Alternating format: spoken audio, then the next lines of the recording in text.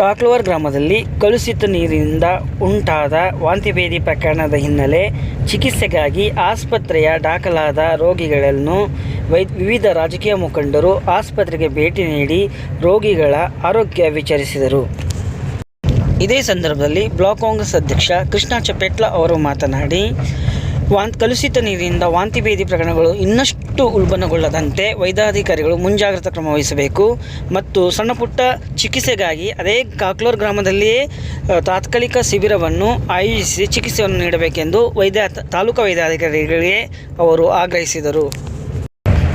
ಅದೇ ರೀತಿ ಬಿಜೆಪಿ ಪಕ್ಷದ ರಾಜ್ಯ ಕಾರ್ಯದರ್ಶಿ ಕುಮಾರಿ ಲಲಿತಾ ಅನ್ಪುರ್ ಅವರ ನೇತೃತ್ವದಲ್ಲಿ ಪಕ್ಷದ ಕಾರ್ಯಕರ್ತರು ಕಾಕ್ಲೂರು ಗ್ರಾಮಕ್ಕೆ ಹಾಗೂ ಆಸ್ಪತ್ರೆಗೆ ಭೇಟಿ ನೀಡಿ ರೋಗಿಗಳ ಆರೋಗ್ಯವನ್ನು ವಿಚಾರಿಸಿ ಅವರಿಗೆ ಧೈರ್ಯ ನೀಡಿದರು ಮತ್ತು ಸರ್ಕಾರದಿಂದ ಬರುವಂತಹ ಅನುದಾನವನ್ನು ಕಲ್ಪಿಸಿಕೊಡುತ್ತೇನೆ ಎಂದು ಅವರು ಈ ಸಂದರ್ಭದಲ್ಲಿ ತಿಳಿಸಿದರು.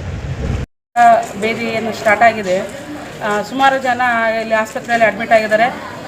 ನಾನು ಕೂಡ ಇವಾಗ ನಮ್ಮೆಲ್ಲ ಹಿರಿಯರ ಜೊತೆಗೆ ಸೇರಿಕೊಂಡು ಕಾಕ್ಲೂರು ಗ್ರಾಮಕ್ಕೆ ಹೋಗಿ ನೋಡಿದಾಗ ಭಾಳ ಅಸ್ತವ್ಯಸ್ತ ವ್ಯವಸ್ಥೆಯನ್ನು ಕಾಣಿಸ್ತಾ ಇದೆ. ಯಾಕಂದರೆ ಅಧಿಕಾರಿಗಳು ಇಷ್ಟೊಂದು ನಿರ್ಲಕ್ಷ್ಯತನವನ್ನು ತೋರಿಸೋದು ಸರಿಯಲ್ಲ. ಈಗಾಗಲೇ ಗುಮ್ಮಿಟ್ಕಲ್ ಮತಕ್ಷೇತ್ರದಲ್ಲಿ ಗಾಜರಕೋಟದಲ್ಲಾಯಿತು, ಅನ್ಪುರಲ್ಲಾಯಿತು, ಕೆಲವು ಕಡೆ ಅನ್ಪುರದಲ್ಲಂತೂ ಸಾವು ಕೂಡ ಸಂಭವಿಸಿದ್ದು. ಇಷ್ಟೆಲ್ಲ ಗಮನದಲ್ಲಿದ್ದರೂ ಕೂಡ ಅಧಿಕಾರಿಗಳು ಇಷ್ಟು ನಿರ್ಲಕ್ಷ್ಯ ತೋರಿ ಈ ರೀತಿ ಹೊಣೆಗಾರಿಕೆ ಯಾರು ಹೊತ್ಕೊತಾರ? ದಯಮಾಡಿ ಜಿಲ್ಲಾಧಿಕಾರಿಗಳು ಇವರನ್ನ ನನಗೆ ಕೇಳಬೇಕಾದ್ರೆ ಸಸ್ಪೆಂಡ್ ಮಾಡೋದಕ್ಕಿಂತ ಡಿಸ್ಮಿಸ್ ಮಾಡಿ ಹಾಕ್ಬೇಕಂತ ಈ ಸಂದರ್ಭದಲ್ಲಿ ಹೇಳಕ್ಕೆ ಇಷ್ಟಪಡ್ತೀನಿ. ಇಲ್ಲಿ ವ್ಯವಸ್ಥೆ ಎಲ್ಲ ಅಂದೋದಕ್ಕೆ ಇಲ್ಲೇನು ಬಂದು ನೀವು ಅಡ್ಮಿಟ್ ಆಗಿ ತೋರಿಸಿದ್ರಿ.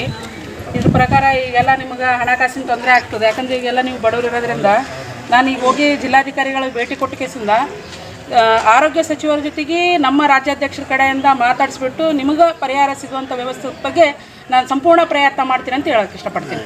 ಈಗ ಹೋಗಿ ನಾನು ಮಾತಾಡ್ತೀನಿ ಅವ್ರ ಜೊತೆಗೆ, ಮಾತಾಡಿ ಸಾಧ್ಯ ಆದಷ್ಟು ನಿಮಗೆ ಅನುಕೂಲ ಆಗೋ ವ್ಯವಸ್ಥೆ ನಾನು ಮಾಡಿಸ್ತೀನಿ. ನಾನು ನೀವೇನು ಧೈರ್ಯ ಬಿಡೋಕ್ಕೆ ಹೋಗ್ಬೇಡ್ರಿ. ಬರ್ತೀನಿ. ಆಮೇಲೆ ಇವಾಗ ಊರಿಗೆ ಹೋಗಿ ಬಂದಿದ್ದೀನಿ ನಾನು.